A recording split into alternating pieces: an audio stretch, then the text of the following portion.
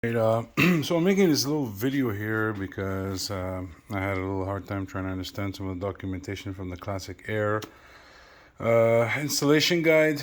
The what they say is you have to take the wire coming from the harness, which is normally the wire that goes to the compressor, and take out the connector and put a connector to your thermostat, and then out from your thermostat onto the pressure switch, and then from the pressure switch out onto the connector that goes to your compressor. So this is the way that it's routed. Another thing, um, they mentioned that you have to take your capillary tubes here and put them on the suction valve here. So this one coming from the compressor, and there's this little clip here that goes on this tube, and the way so I had to call them. The way the guy was indicating it to me is that either or has to be, one has to be at 5 o'clock and the other one has to be at 7 o'clock, so roughly like this, right?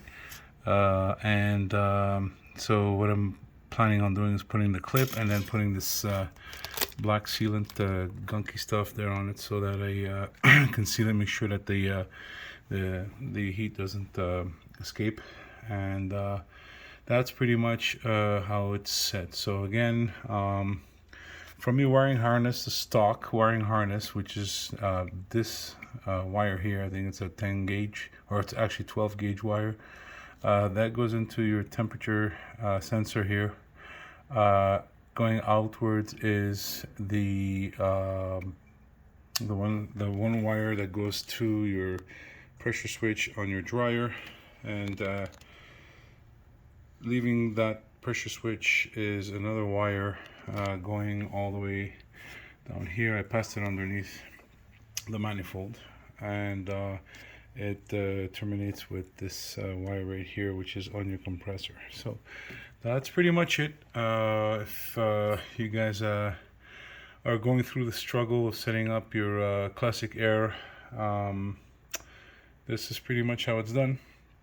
If you're using your stock wiring harness, and if you're using your stock heater box or AC unit. Other than that, all the routing for the valve lines, the water lines, the heater lines go like this. So, I mean, regardless of which one, but I put it under this position here, and the top one and these two here come down to the water pump. The one for the AC goes here and it connects to your evaporator. Sorry, your condenser. The evaporator's inside the car, and that's pretty much how it looks like from a AC standpoint. Again, this came from Classic Auto Air, and yeah, I mean, so the instructions are a little bit so not enough detail, not enough information for my liking. I mean, I've never done this before, so basically just reading the installation guide and going with what is being told. So pretty much right now the car is on its way to get started soon. Got the fans going, all the relays set up here. The battery posts, everything is wired all the way down to the fuel pump. Everything is set up. Got my my active subwoofer 8 gauge cable running. So this is kind of like, I'm not done with this guy here, and so this guy has to go again, has to get routed properly on back of the Hydrotech, and across here, and probably gonna go down here somewhere. These are for the lights. This, I haven't figured out what this is, but I'll figure it out. I think it's the temperature sensor. I'm not sure, but I know that there's already one that came from the the other side.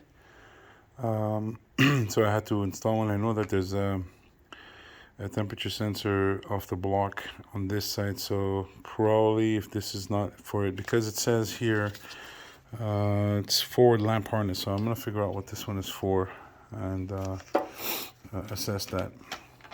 So this is not the battery I'm going to be sticking with. This is an AC Delco. It's 750 crank. The one I ordered was the original, like the Mopar ones with the little red caps that go in. It's not a cover, it's the actual battery. Unfortunately, it's taking 6 to 10, how many? I think more than that, a couple of months to get it. So the waiting list is pretty long through Mancini Racing. So we'll wait, but for now this will do. And that's about it. What else? That's all I have to mention today for the AC part. If you have any questions, feel free to ask. Thank you very much for watching.